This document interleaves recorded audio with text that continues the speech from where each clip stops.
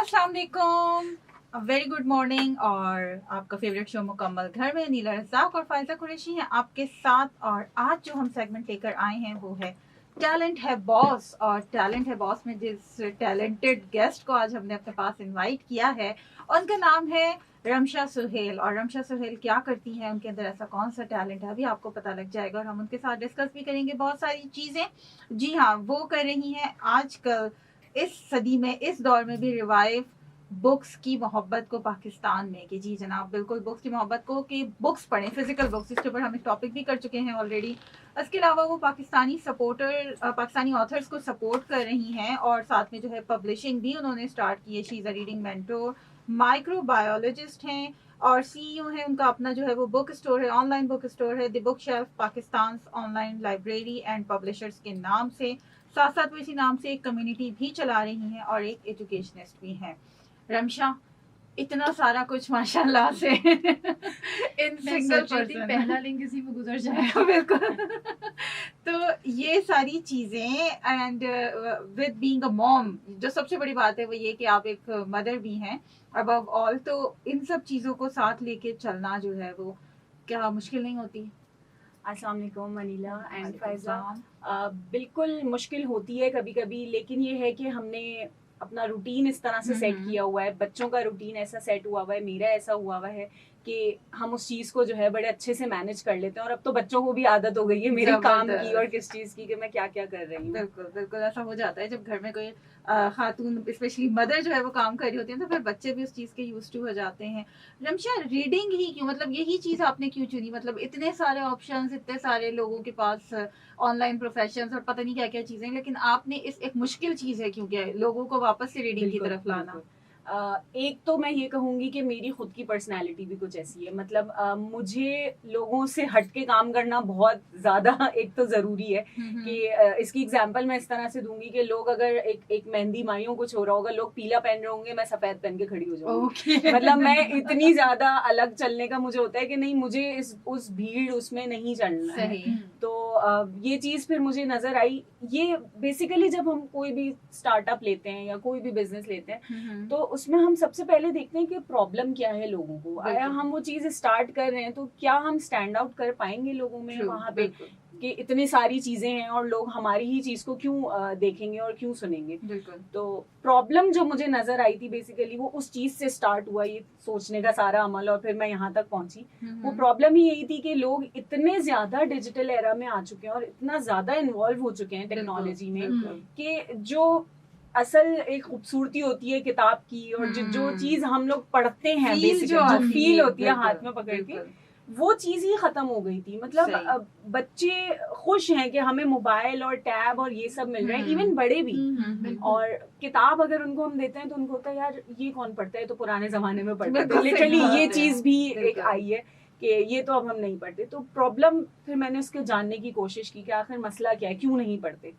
तो काफी सारे रीजंस आ रहे थे बीच में। तो एक सबसे बड़ा रीजन था अफोर्डेबिलिटी का, कि हर कोई बुक्स अब अफोर्ड भी नहीं कर सकता। पहले कहते थे कि MBBS कर रहे हैं या इंजीनियरिंग कर रहे हैं या कुछ भी, तो बड़ी महंगी किताबें आ रही हैं और सब हो रहा है। तो वो एक माइंड था लोगों का कि भाई ये वाला काम कर रहे हैं तो बस महंगी किताबें ले रहे हैं, इसके अलावा तो हम किताबों में कुछ इन्वेस्ट नहीं करने वाले। मतलब स्टोरी बुक्स, नॉवेल्स, मेरा बेसिकली काम इन चीजों को भी प्रमोट करना है। तो उसमें तो पैसा लगाने में लोगों को बहुत होता है कि नहीं, इतना ज्यादा महंगा क्या करेंगे खरीद के, क्या जरूरत है। बच्चे तो स्कूल में पढ़ लेंगे और हम जो है वो अखबार और इनसे काम चला लेंगे, लेकिन भाई ये चीजें भी जरूरी है, घर में आप किताबें रखें। तो ये एक प्रॉब्लम थी अफोर्डेबिलिटी की, जो मैंने देखी और मैंने सोचा इस पे सोल्यूशन इसका होना चाहिए। जब तक हम इसका सोल्यूशन नहीं निकालेंगे लोग किताबों की तरफ नहीं आएंगे। जब तक वो यही समझते रहेंगे कि महंगी है हम नहीं ले सकते, तो हमने उनके लिए थोड़ा रीजनेबल किया और ये द बुक शेल्फ को स्टार्ट किया कि ठीक है भैया आप इस तरह से हमारे पास से ले सकते हैं और डिफरेंट हमारी सर्विसेज हैं, तो उसके थ्रू जो है वो लोग लेते रहते हैं हमसे बुक्स। सही, ठीक है।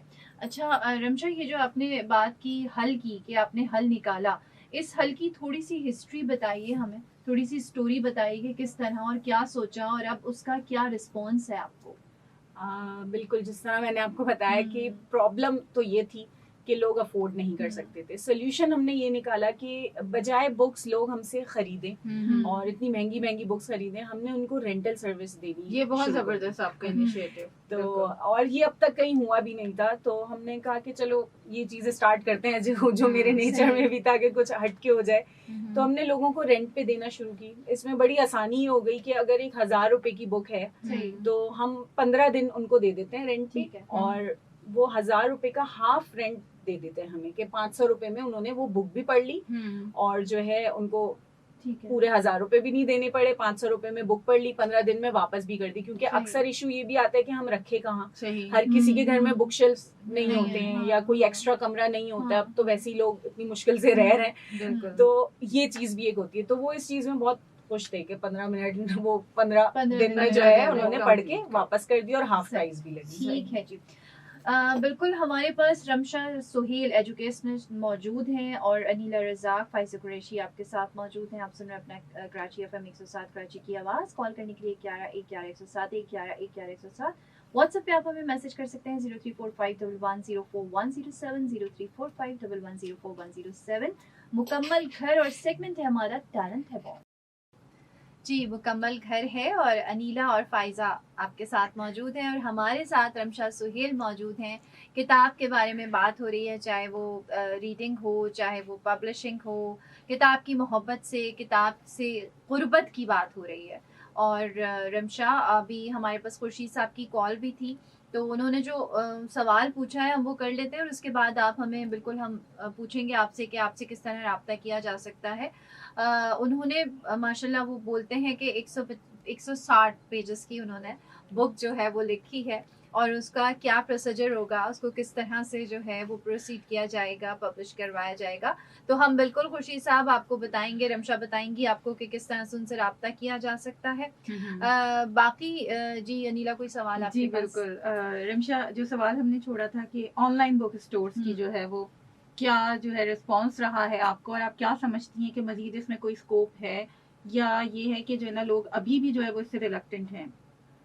मुझे ऐसा लगता है कि अब भी लोग ट्रस्ट नहीं करते हैं। ऑनलाइन कोई भी काम हो, सिर्फ जरूरी नहीं है कि बुक स्टोर का हो, उसमें जरूरी ये कि जिस नियत से आपने स्टार्ट किया है वो नजर आए उस काम में, जो आपकी ऑनेस्टी है वो उस काम में नजर आए।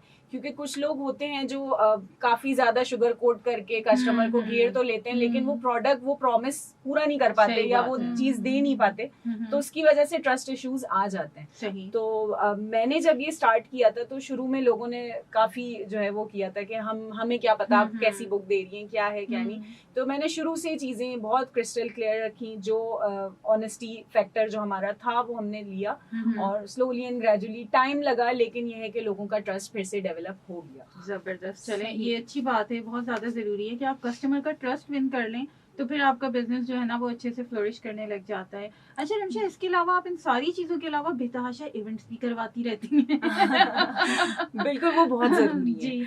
तो अभी रिसेंटली आपने एक करवाया था जिसमें आपने ऑथर्स, पाकिस्तानी ऑथर्स को बड़ा प्रमोट किया था, और उसमें मैंने भी पार्टिसिपेट किया था और मैंने भी अपना एक छोटा सा स्टॉल लगाया था। तो ये चीज, और फिर ये जो आपके जो है वो रीडिंग वाले जो सेशंस होते हैं, वो जरा उसके बारे में कुछ बताइए आप हमें। देखिए, सिर्फ किताबें बेचना मकसद नहीं है, ना मेरा ना बुक शेल्फ का, जो मेरी टीम है, हमारा मकसद ही बड़ा क्लियर है कि हमें किताबें नहीं बेचनी, हमें रीडिंग की हैबिट बेचनी है। जबरदस्त। ठीक है कि लोग उस चीज को पढ़ें, अब वो चाहे किताबों से पढ़ें, चाहे वो अखबार से पढ़ें, चाहे वो कोई मैगजीन से पढ़ें, बस उनको पढ़ना है। तो इस आदत को बेचने के लिए हमने जो है वो डिफरेंट इवेंट्स स्टार्ट करे, और लिटरेरी इवेंट्स स्पेशली कराची में, पाकिस्तान में बड़े कम होते हैं। तो हमने कहा चलो इससे स्टार्ट करते हैं ताकि लोगों का इंटरेस्ट डेवलप हो सके। और जो जैसे अनीला ने बताया कि लास्ट इवेंट हमने करवाया था बुक बाजार के नाम से, वो बुक बाजार था, वो स्पेशली पाकिस्तानी ऑथर्स का था। वैसे तो डिफरेंट होते रहते हैं एक्सपो और सब चीजें होती रहती हैं, बुक फेयर्स वगैरह, लेकिन ऑथर्स को जो एक लाइमलाइट मिलनी चाहिए वो नहीं मिल पाती, या अगर उनका स्टॉल होता भी है तो वो अपनी जगह किसी वॉलंटियर को रख देते हैं और वो खुद नहीं आते। तो लोगों से जब तक मिलेंगे नहीं, लोगों को कैसे पता चलेगा। तो हमने ये बुक बाजार का प्लेटफॉर्म उनको दिया कि लोग आए खुद और उनसे ऑथर से भी मिलें, उनकी बुक्स भी लें, बुक्स खरीदें भी, उनके पीछे व्यूज जाने कि वो आखिर किस तरह से जो है वो राइटर बने, क्या हुआ, उनकी बुक्स कैसी है।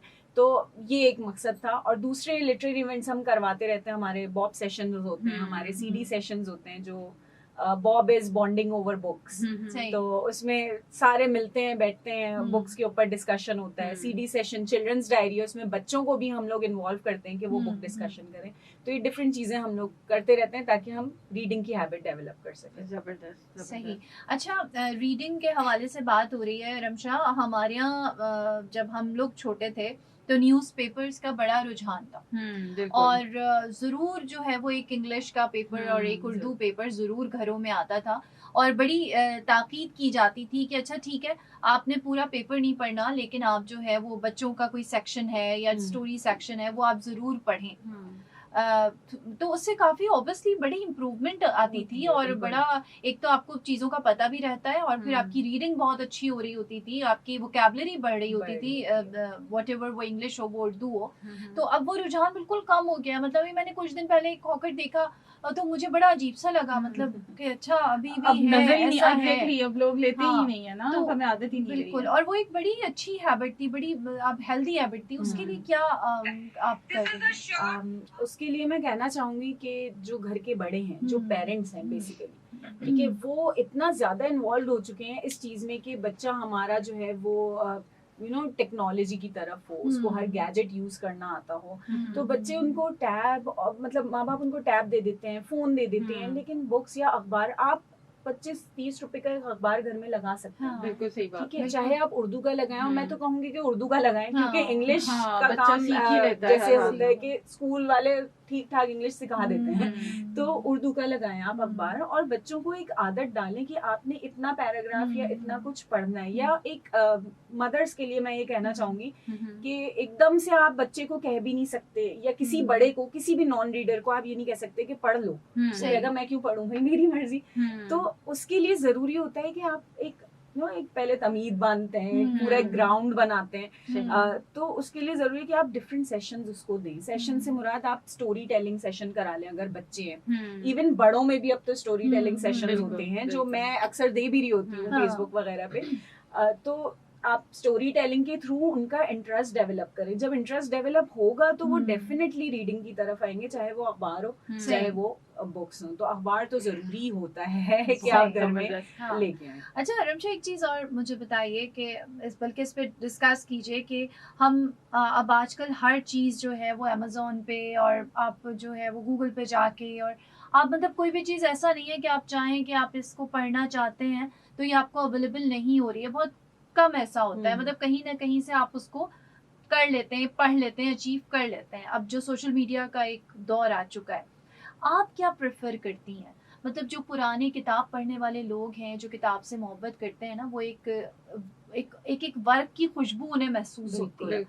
तो आप क्या कहती हैं कि अब ये रुझान कम होता जा रहा है, ये एक हेल्दी एक्टिविटी है कि आप जो है वो अमेज़ोन पे जाके पढ़ लें, या आप दूसरी साइट्स पे जाके बुक पढ़ लें, या बुक एक हाथ में लेना एक अलग चीज़ है? देखिए, ये काफी अच्छा एक डिस्कशन का वो होता है, और मैं यहाँ पे क्लियर भी करती हूँ लोगों को कि आप जो ऑनलाइन पढ़ रहे हैं वो बुक है ही नहीं। ठीक है, अब अगर आप Amazon पे भी कुछ पढ़ रहे हैं तो आप किसी गैजेट में पढ़ रहे हैं ना, आप या तो फोन में पढ़ रहे हैं, या आप टैब में पढ़ रहे हैं, या आप लैपटॉप पे पढ़ रहे हैं, तो वो किसी भी अंदाज से बुक नहीं है। अगर आप सही है। बुक की डिक्शनरी भी देखें तो वो बुक नहीं है। उन्होंने नाम दे दिया ई बुक का हाँ, कि इलेक्ट्रॉनिक बुक है भाई, हाँ, लेकिन वो फिर भी बुक नहीं है। सही। तो वो एक बुक की अलग ही बात होती है जब तक आप उसको हाथ में नहीं पकड़ते, जब तक आप पेजेस को नहीं देखते। ई बुक नो डाउट हमारा टाइम बचा रही है, हमारे पैसे बचा रही है, सब कुछ है, लेकिन उसके साइड इफेक्ट्स कितने हो रहे हैं, और जो हमारी हेल्थ पे पड़ रहे होते हैं, जो हमारी आई साइट पे पड़ रहे होते हैं। तो मैं वैसे डिस्करेज करती हूँ कि ई रीडिंग नहीं करें,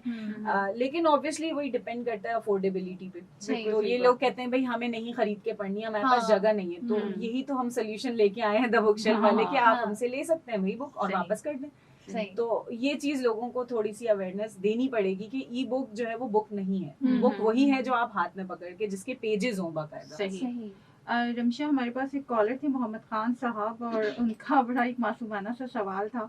वे कह रहे थे कि पहले ये होता था कि जैसे एक बच्चा पास आउट किया तो उसकी बुक्स जो छोटा बच्चा है उसको दे दी गई, जैसे भी हम बात कर भी रहे थे, और उसके बाद फिर ये होता था कि वो बुक्स फिर तीसरे बच्चे के काम आ जाती थी। अब होता ये है कि एक बच्चा पास आउट करता है तो पता चलता है एडिशन ही चेंज हो गया है, और उसके बाद फिर जब आप वो बुक्स लेने जाते हैं, नया कोर्स लेने जाते हैं, तो फी बच्चा कम से कम आपको 10 से 12 हज़ार रुपए का जो है वो कोर्स बिल्कुल पड़ता है, ऐसे। कम से कम छोटी क्लासेस की बात जी है, विदाउट एक्सरसाइज कॉपीज जो होती हैं हम्म। उसके बगैर।